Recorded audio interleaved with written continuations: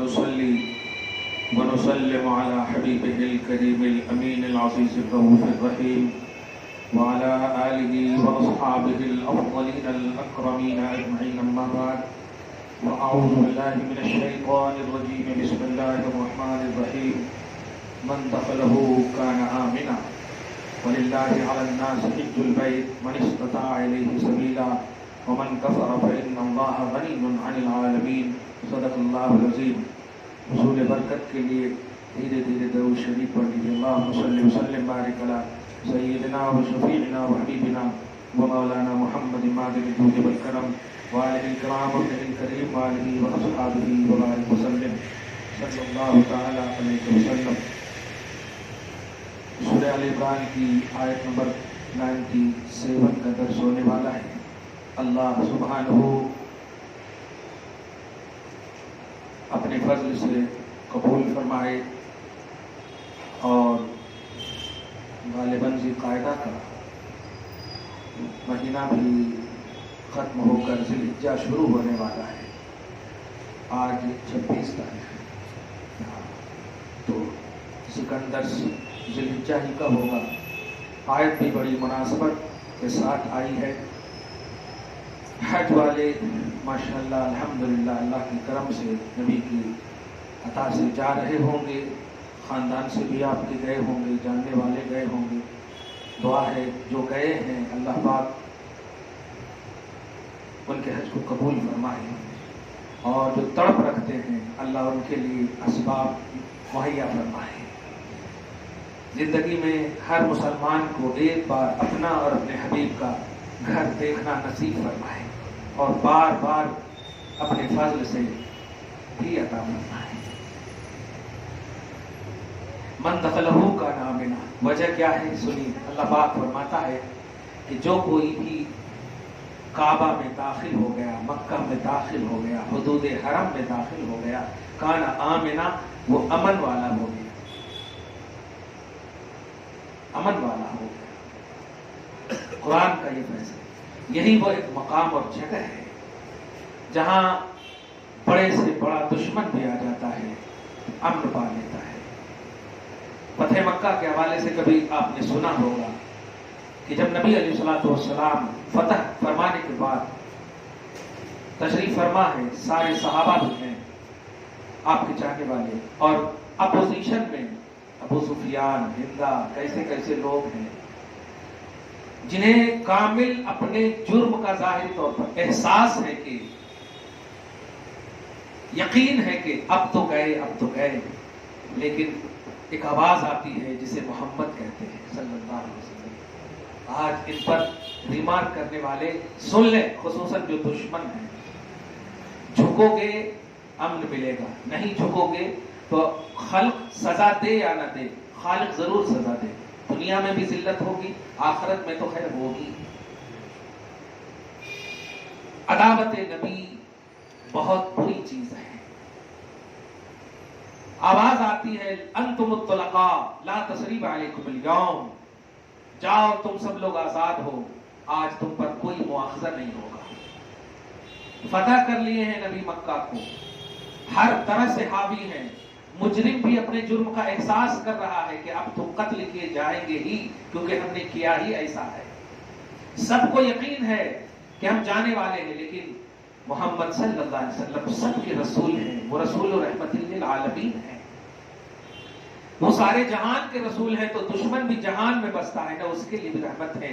رحمت بھری آواز آتی ہے، میں نے تمہیں آزاد کر دیا ہے. آج بھی حقیقی ایک جملہ بولتا ہوں، جن لوگوں نے بھی نبی سے دشمنی مول لی ہے، اگر وہ زندہ ہیں قسم خدا کی رجوع کر لیں، یو ٹرن کر لیں دشمنی سے، کیا ملے گا ان کو وہ خود دیکھ لیں گے. اس کی ایک روایت حدیث پاک کے حوالے سے آپ کو بولوں. کعب بن زہیر ہیں، اسلام لانے سے پہلے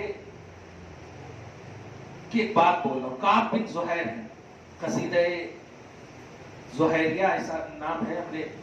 تو کعب بن زہیر ایک نام ہے جن کے لیے جو حضور کی ہجوم میں شاعر تھے، حضور صلی اللہ علیہ وسلم کے ہجوم میں، توحید میں، مذمت میں، معاذ اللہ شعر شاعری کرتا تھا،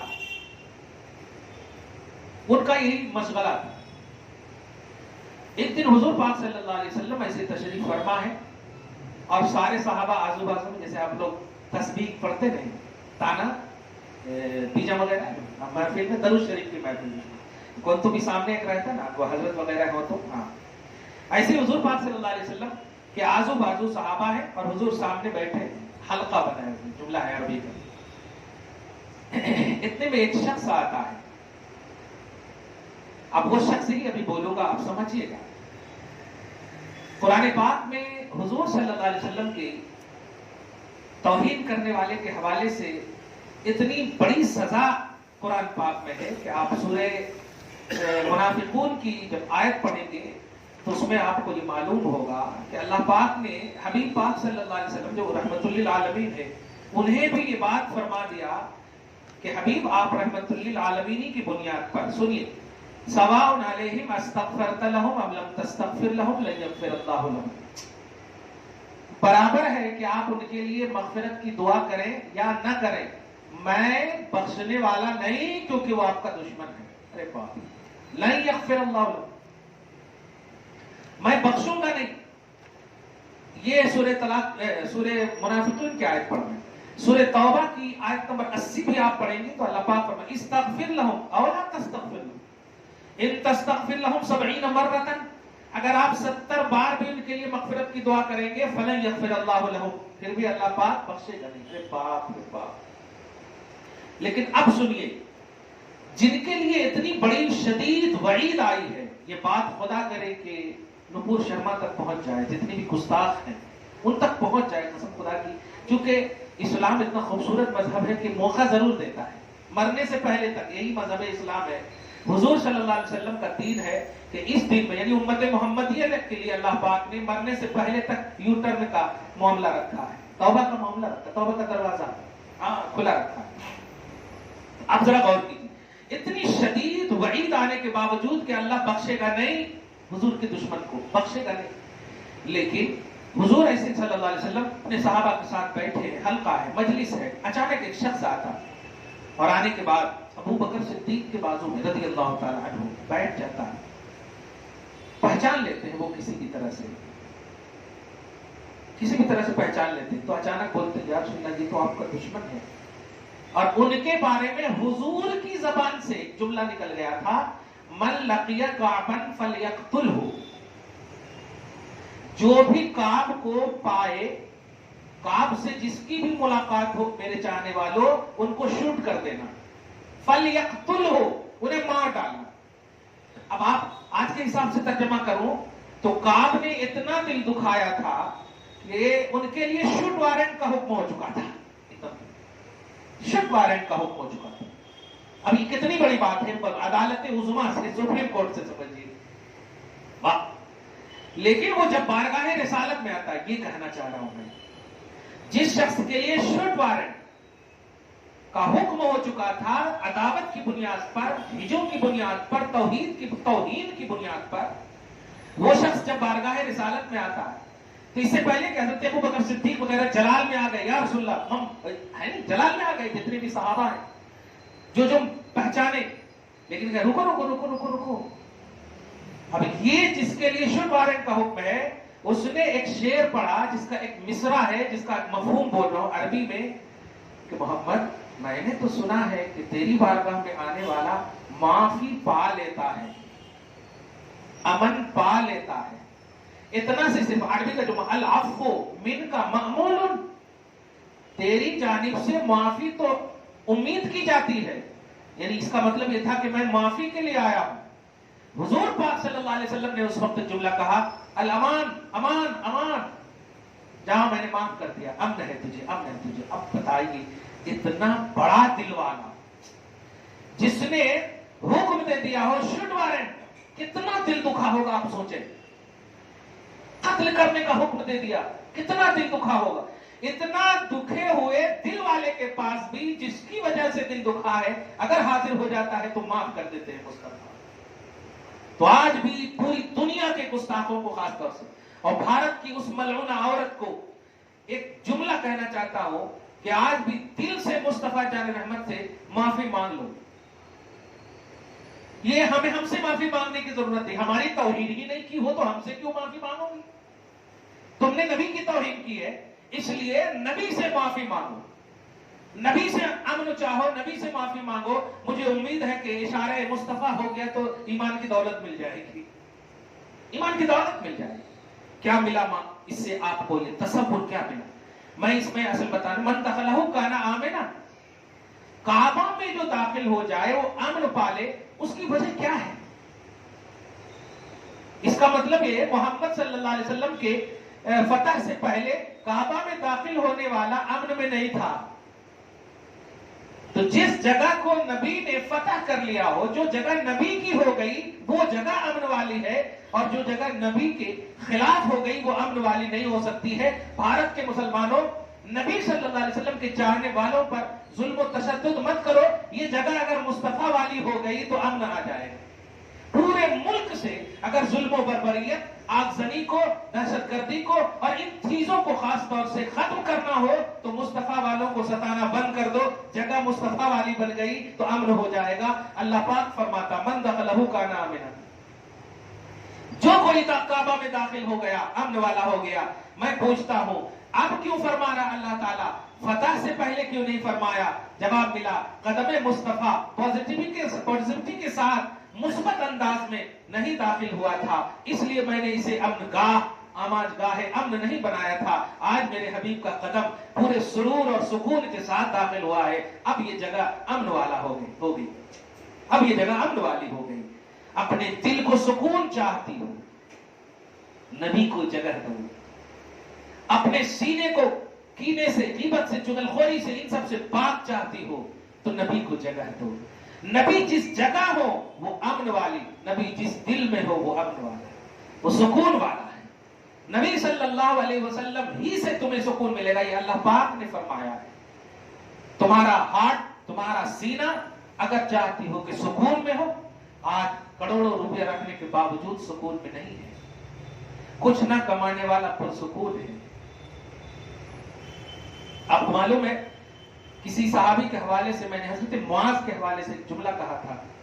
سعد بن معاذ یا معاذ کے حوالے سے بہت بڑے انویسٹر تھے، بہت بڑے دولت مند تھے، لیکن جب مصطفیٰ جان رحمت صلی اللہ علیہ وسلم کا سوشل بائیکاٹ کیا 3 سال تک، شیب ابی طالب مشہور ہے واقعہ، 3 سال تک.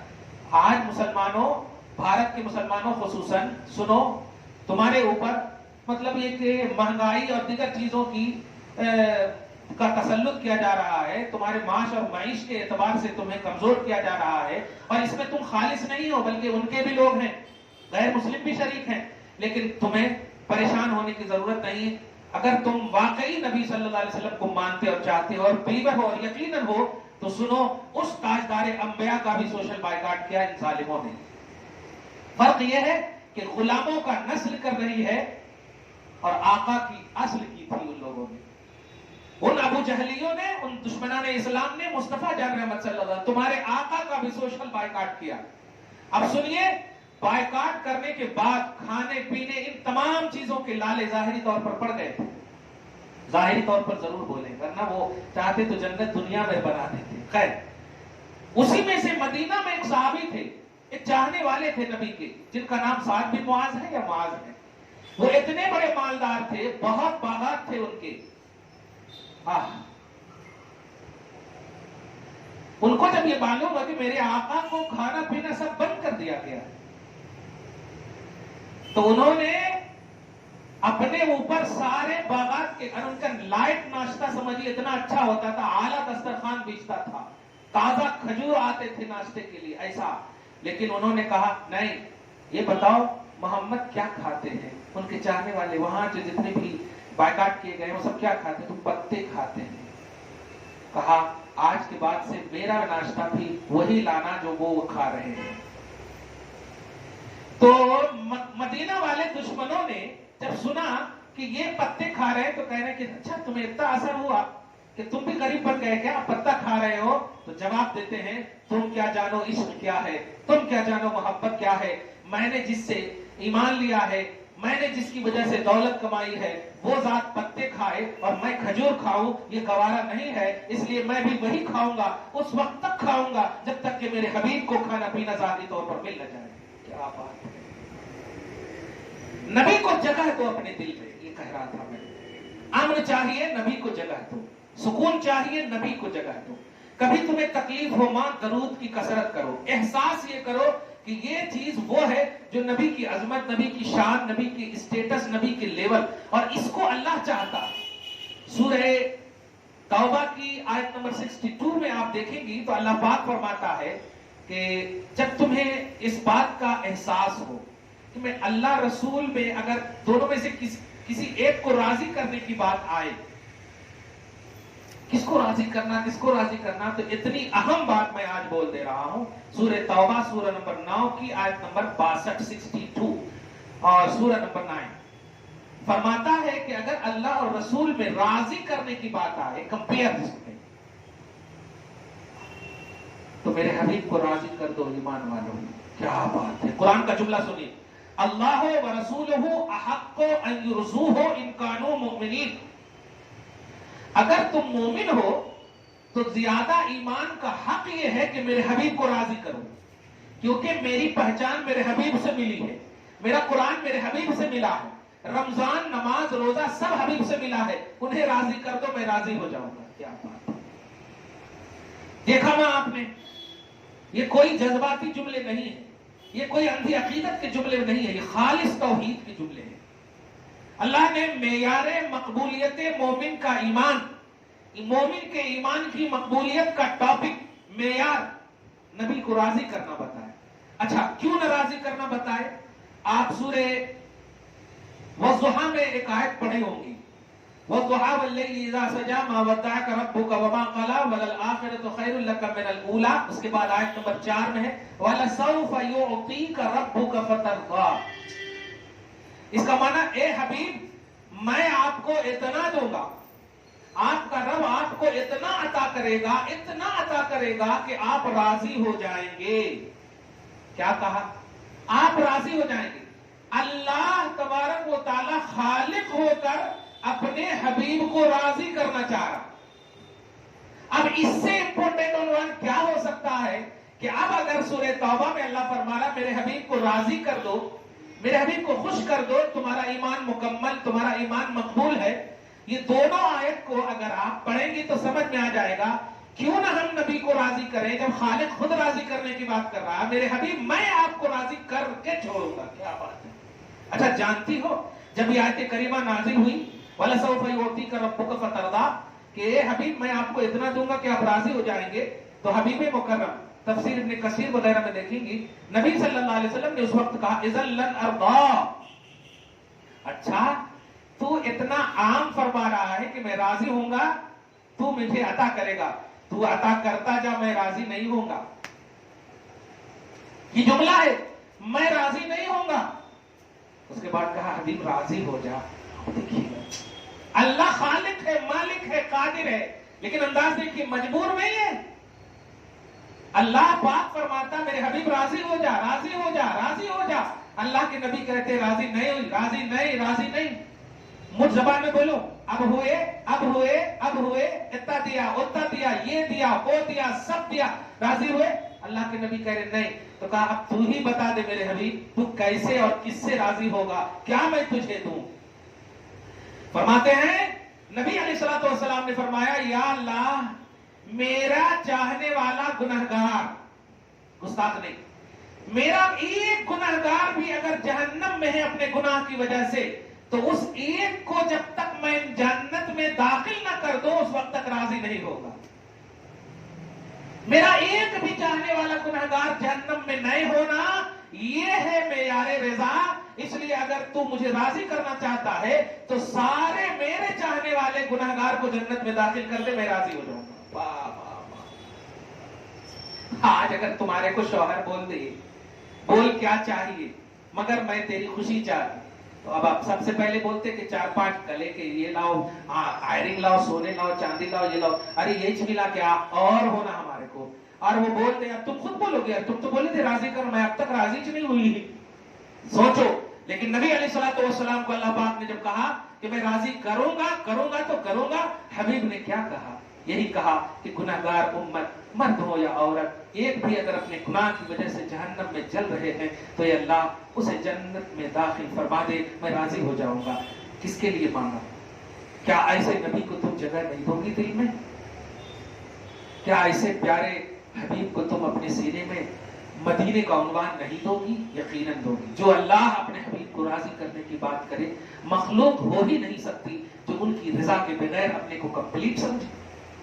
کمپلیٹ خدا، احسن الخالقین، مالک، وہاں نیاز مندی کا عنوان ہی نہیں ہے، مجبوری کا عنوان ہی نہیں ہے، محتاج کا عنوان ہی نہیں۔ اللہ یشاء یختار، وہ تو مختار ہے، وہ تو مالک ہے، سب کچھ کا مالک ہے، لیکن وہ کہہ رہا میرے حبیب راضی ہو جا، میرے حبیب راضی ہو جا۔ حبیب کی رضا اللہ تعالیٰ چاہ رہا۔ اے امت محمدیہ کی مرد و عورت، مصطفیٰ جان رحمت کو سینے میں جگہ دو۔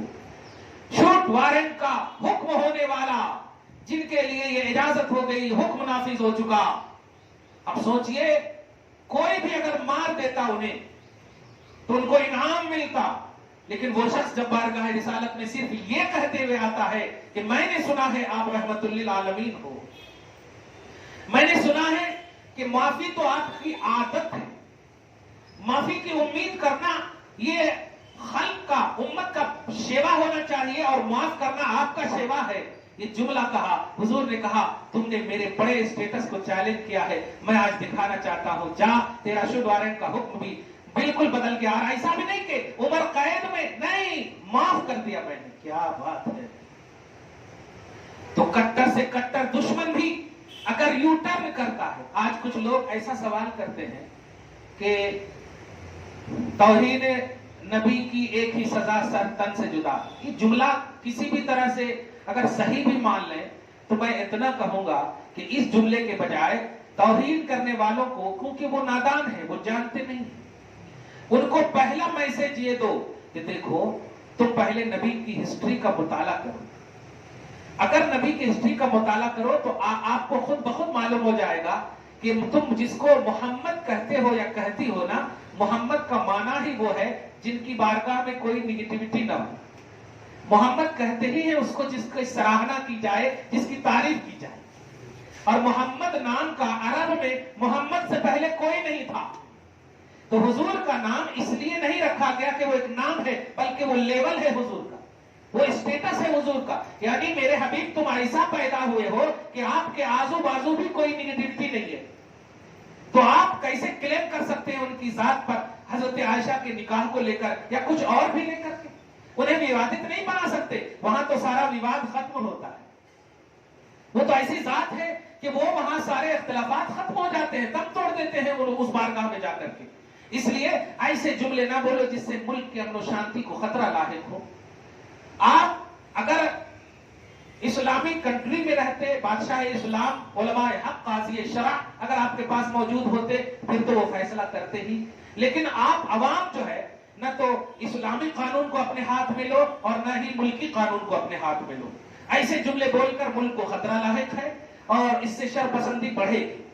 اگر آپ چاہتے ہو کہ جس طرح میں نے کہا کہ اگر کعبہ میں داخل ہو گئے دشمن کو بھی امن مل گیا، ایسے ہی مصطفیٰ والا بنا تو امن مل جائے گا انہیں بھی۔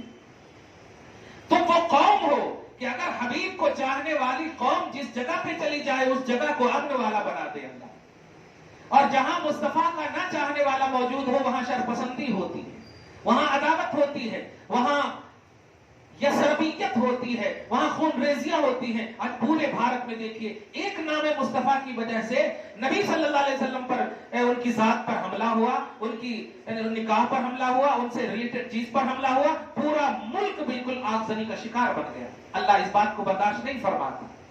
اس لیے میسج دو، نبی کے حوالے سے میسج دو کہ تم لفظ محمد کا اسٹڈی کرو، آپ ان کی ڈکشنری کا آپ مطالعہ کرو، محمد میم ہا میم دال کی ڈکشنری کا مطالعہ کرو، اور پھر دنیا کی کسی بھی یونیورسٹی میں یا لائبریری میں جاؤ اور خالی اس لفظ کا مطالعہ کرو تو آپ کو معلوم ہو جائے گا کہ محمد کہتے ہی ہیں اس کو جہاں سارا وواد ختم ہو جاتا ہے، سارے اختلافات ختم ہو جاتا ہے۔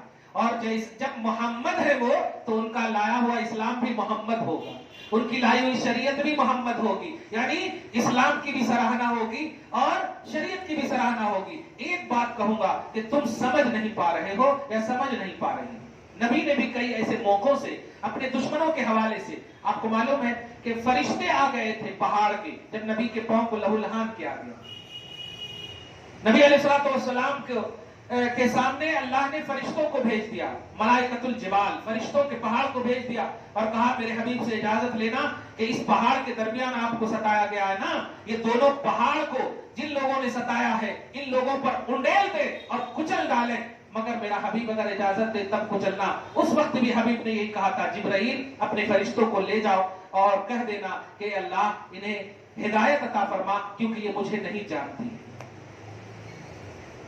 مطلب کیا ہوا؟ نبی کے اسٹیٹس کو نہیں جانتی ہے لوگ، نہیں جانتی ہے قوم، اس لیے نادانی میں یہ سب حرکت ہو رہی ہے۔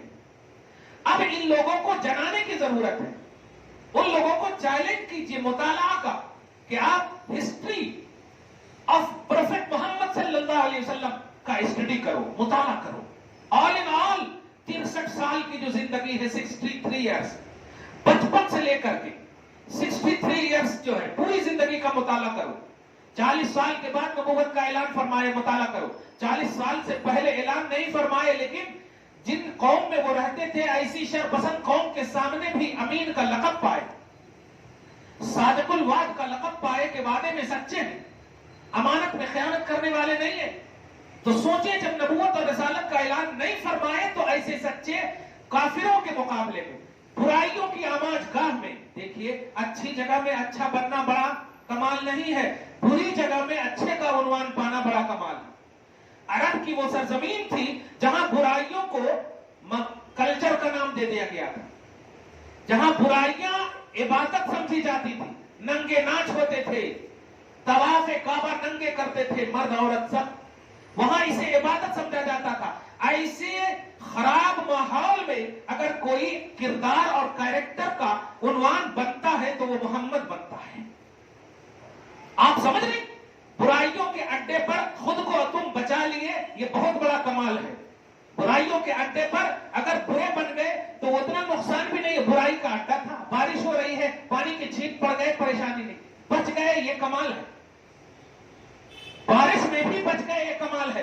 تو سوچئے وہاں برائیوں کی بارشیں ہو رہی تھی ہر طرح سے، ایسے عالم میں بھی مصطفیٰ کا کوئی دامن پاکی سے خالی نہیں، ہر لمحہ مصطفیٰ پاک ہے، نہ کبھی کسی عورت نے الزام لگایا، نہ کردار پر نہ کسی پر۔ تو جب نبی کے رننگ آف لائف میں کسی نے اس وقت انگلی نہ اٹھائی جب برائیوں کا پورا شور تھا، ابھی تو نبی کے چاہنے والے آل ورلڈ میں ہیں، وہاں تو صرف مکہ برائیوں کی آماج گاہ تھی اور نبوت کا اعلان نہیں ہوا، ایسے عالم میں اس محمد کو سراہا گیا، تو کیا تم نے مطالعہ کیا محمد؟ اس لیے یہ قوم مطالعہ نہیں کر رکھی ہے محمد کا، محمد کی ذات اور صفات اور ان کے اسلام، ان کی شریعت، ان کے دین، ان کی حدیث، ان کی سنت، ان کے طریقے، ان کے کردار، ان کے کیریکٹر کا مطالعہ کرتی تو یقین جانیے یہ ابوبکر صدیق جیسی، یہ اسماء جیسی، عائشہ جیسی، میمونہ جیسی، سعدہ جیسی، یہ صحابہ اور صحابیات جیسی فکریں رکھتی،